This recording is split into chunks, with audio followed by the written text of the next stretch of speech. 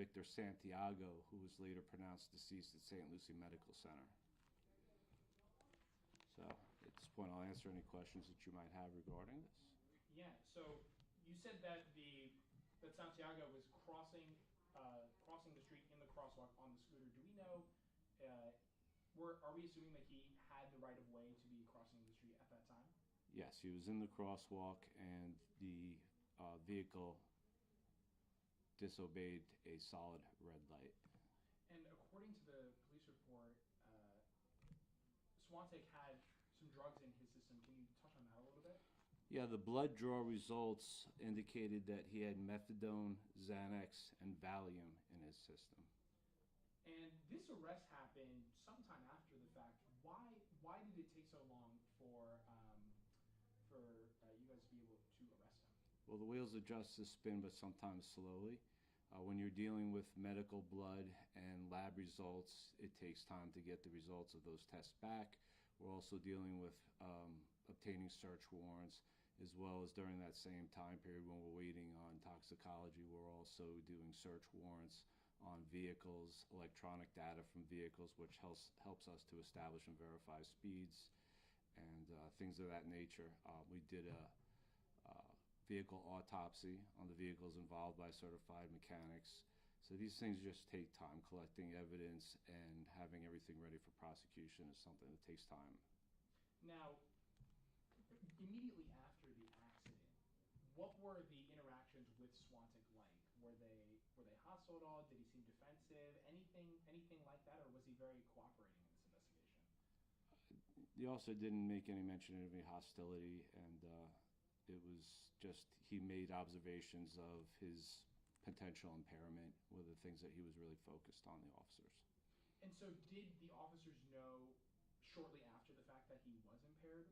Well, we suspect, based upon observations, one of the investigating officers is a drug recognition expert. He's trained, and Swantek did consent to participating in exercises to help us make those determinations. And a blood draw was done at the scene. So we knew, but you don't know until you have the toxicology results. And so that recognition that he was impaired immediately after the fact, that wasn't enough to potentially keep him here. When you're talking about vehicular manslaughter, you just can't charge somebody with that without having proper evidence and taking due diligence. So no, you wouldn't go about doing that. And so after all of this and after drawing the blood, things of that nature, was Swantek able to was he able to leave? Was he asked to stay in the area? Anything like that? Again, he's not under arrest, and he's free to go. He consented to the exercises that he needed to, and at that point, you have nothing to hold him on. Right. And in terms of the arrest recently, was there any incident there, or was that? No, without incident. Without incident.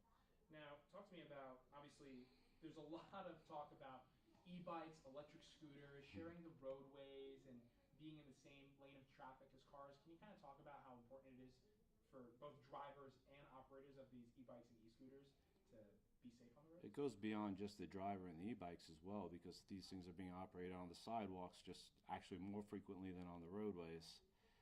And then you have vehicles that are traveling up to 28 miles an hour on the same path, 5-6 feet wide, as pedestrians actually walking. So the e-bikes create a big challenge for law enforcement and the community alike.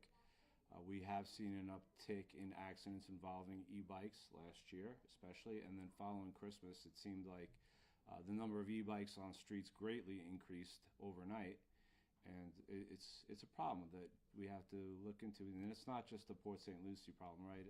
Everybody's dealing with it right now. Technology changes the world rapidly, and sometimes statutes and ordinances don't progress as quickly. Right, and just clarify some of the law for me. Are these scooters and e-bikes allowed to be traveling on the sidewalk? Or if they are man-powered, assisted, so if there's a pedal on it, then yeah, it can be operated on the sidewalk as long as I believe it doesn't exceed 28 miles an hour. And so you said that's somewhat created a challenge in order to kind of keep people safe while the law seems to catch up? Absolutely, it's a challenge. and we're dealing with it best we can. Right. And